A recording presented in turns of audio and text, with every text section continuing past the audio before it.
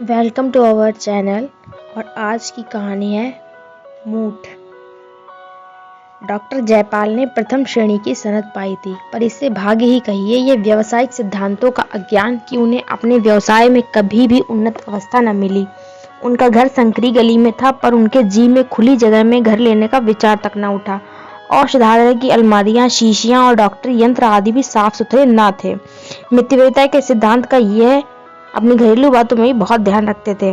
लड़का जवान हो गया था, पर अभी उसकी शिक्षा का प्रश्न सामने न आया था।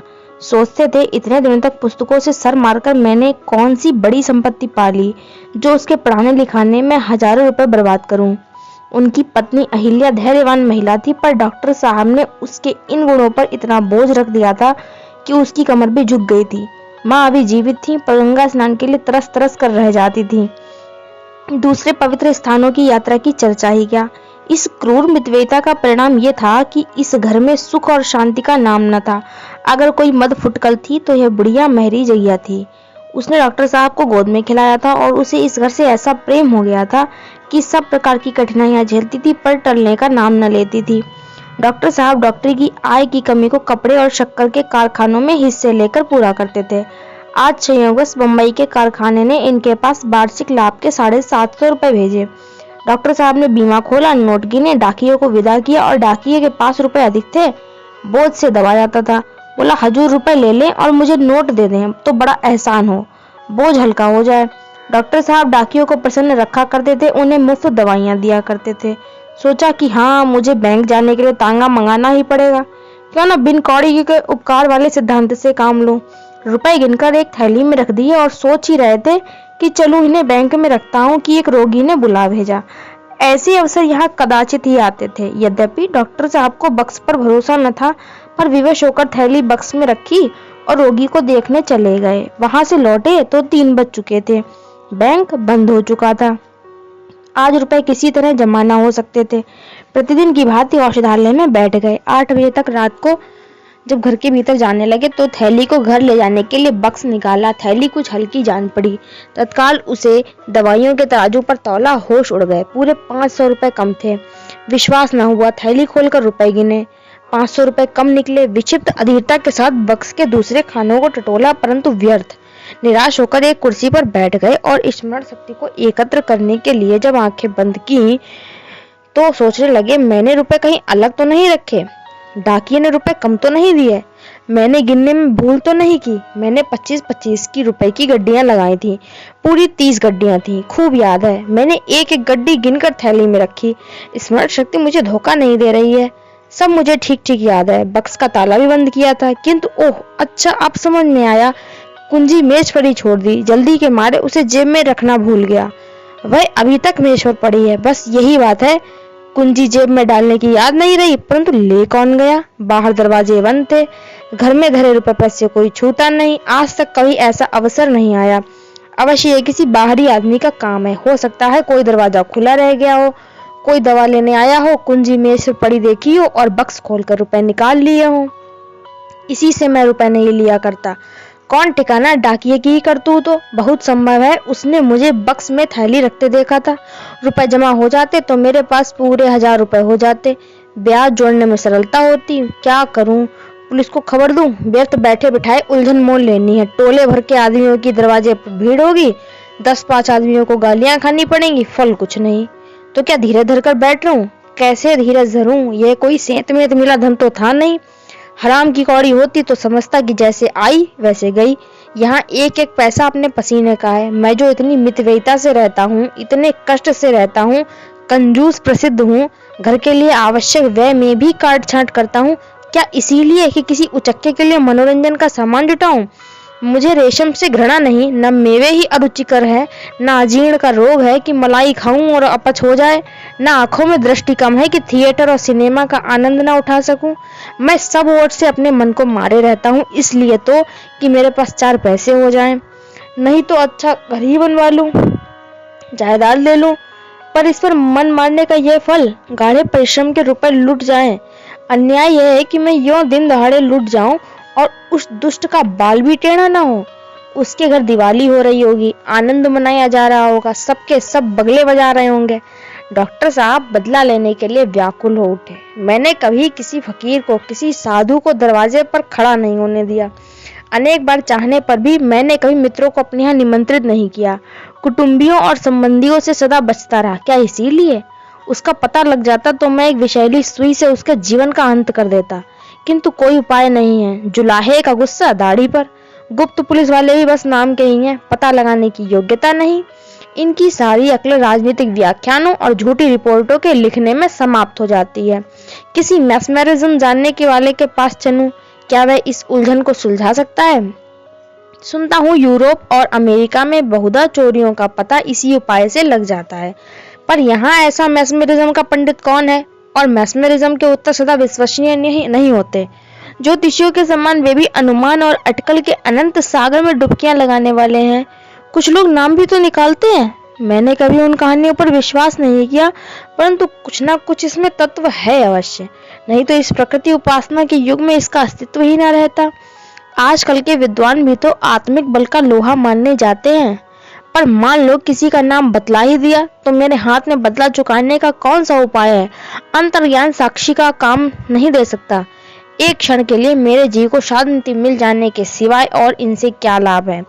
हाँ, खूब याद आया। नदी की ओर जाते हुए वह जो ओझा बैठता है, उसके कर्तव्य की कहानियां प्रायः सुनने में आती हैं। सुनता हूँ गए का धन का पता बतला देता है, रोगियों को बात ही बात में चंगा कर देता है, चोरी के माल चोर के पता लगा देता है, मूठ चलाता है।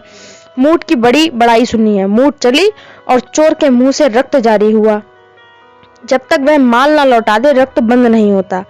यह निशाना बैठ जाए तो मेरी हार्दिक इच्छा पूरी हो जाए, मुंह मांगा फल पाऊंगा। भीड़ लगी रहती है, उसमें कुछ कर्तव्य ना होता तो इतने लोग क्यों जमा होते? उसकी मुखाकृति से एक प्रतिभा बरसती है।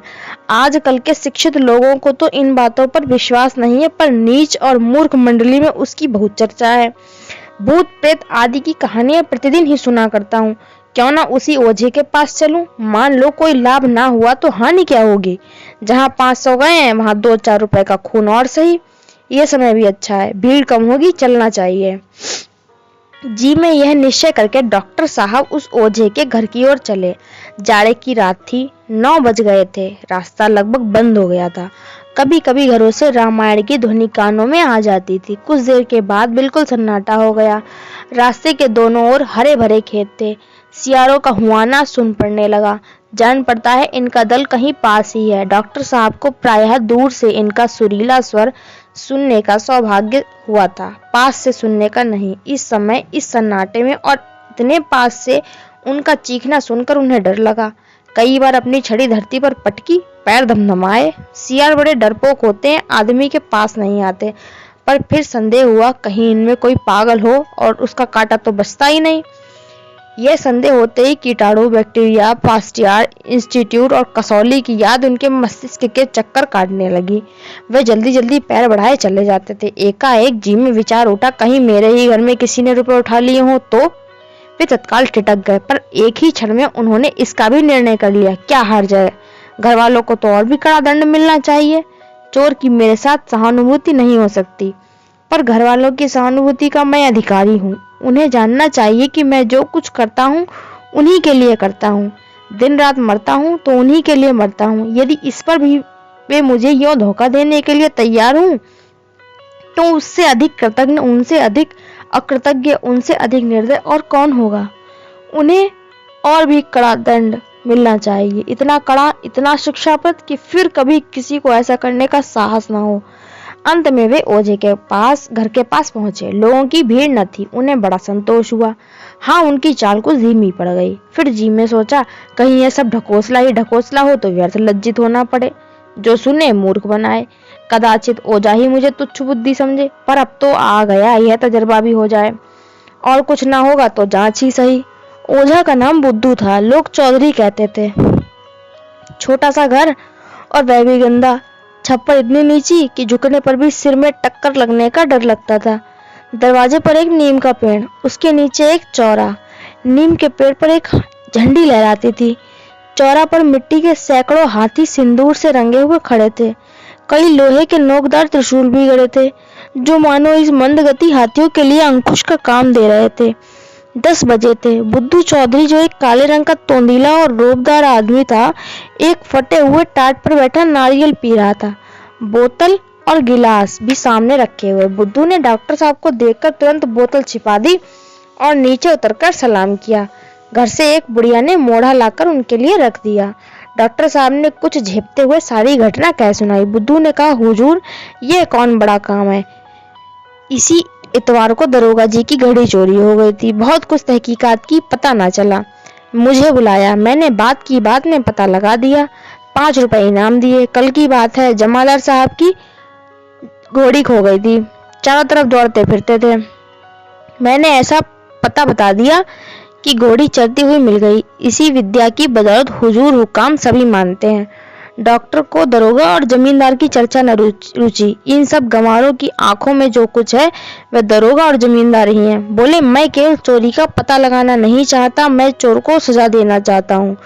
बुद्धू ने एक क्षण के लिए आंखें बंद की, जम्हाइयां ली, चुटकियां बजाई और फिर कहा, ये घर के ही किसी आदमी का काम है। डॉक्टर, कुछ परवाह नहीं, कोई हो। बुढ़िया, पीछे से कोई बात बने या बिगड़ेगी तो हुजूर हम ही को बुरा कहेंगे। डॉक्टर, इसकी तुम चिंता मत करो, मैंने खूब सोच विचार लिया है। बल्कि ये घर के किसी आदमी की शरारत है तो मैं उसके साथ और भी कड़ाई करना चाहता हूँ। बाहर का आदमी मेरे साथ छल करे तो क्षमा के योग्य है, पर घर के आदमी को मैं किसी प्रकार क्षमा नहीं कर सकता। बुद्धू, तो हुजूर क्या चाहते हैं? डॉक्टर, बस यही कि मेरे रुपए मिल जाएं और चोर किसी बड़े कष्ट में पड़ जाए। बुद्धू, मूठ चला दूं? बुढ़िया, ना बेटा, मूठ के पास ना जाना, ना जाने कैसी पड़े कैसी ना पड़े। डॉक्टर, तुम मूठ चला दो, इसका जो मेहनताना और इनाम हो मैं देने को तैयार हूँ। बुढ़िया, बेटा, मैं फिर कहती हूँ, मूठ के फेर में मत पड़, कोई जोखिम की बात आ पड़ेगी तो वही बाबूजी फिर तेरे सिर होंगे और तेरे बनाए कुछ ना बनेगी। क्या जानता नहीं मूठ का उतार कितना कठिन है? बुद्धू, हाँ बाबूजी, फिर एक बार अच्छी तरह सोच लीजिए। मूठ तो मैं चला दूंगा, लेकिन उसको उतारने का जिम्मा मैं नहीं ले सकता। डॉक्टर, अभी कह तो दिया, तो मैं तुमसे उतारने को ना कहूंगा, चलाओ भी तो।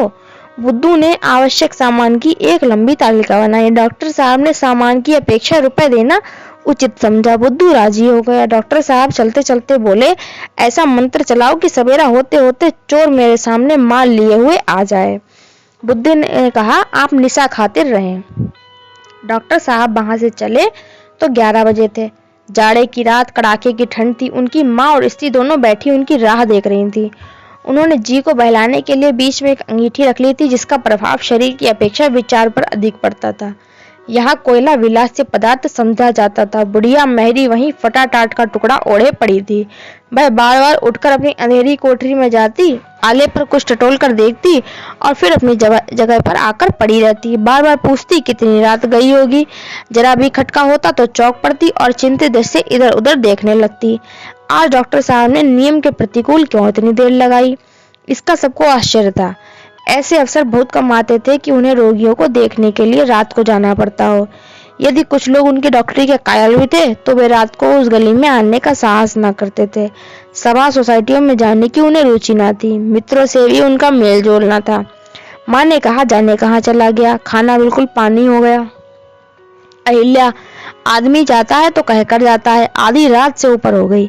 माँ, कोई ऐसी अटक हो गई होगी, नहीं तो वह कब घर से बाहर निकलता है। अहिल्या, मैं तो अब सोने जाती हूँ, उनका जब जी चाहे आए, कोई सारी रात बैठा पहरा देगा। यही बातें हो रही थी कि डॉक्टर साहब घर आ पहुंचे। अहिल्या संभल बैठी, जगिया उठकर खड़ी हो गई और उनकी ओर सहमी हुई आंखों से ताकने लगी। माँ ने पूछा, आज इतनी देर कहाँ लगा दी? डॉक्टर, तुम लोग तो सुख से बैठी हो ना, हमें देर हो गई, इसकी तुम्हें क्या चिंता, जाओ सुख से सो। इन ऊपरी दिखावटी बातों से मैं धोखे में नहीं आता। अवसर पाओ तो गला काट लो, इस पर चली हो बात बनाने। माँ ने दुखी होकर कहा, बेटा, ऐसी जी दुखाने वाली बातें क्यों करते हो? घर में तुम्हारा कौन बैरी है जो तुम्हारा बुरा चेतेगा? डॉक्टर, मैं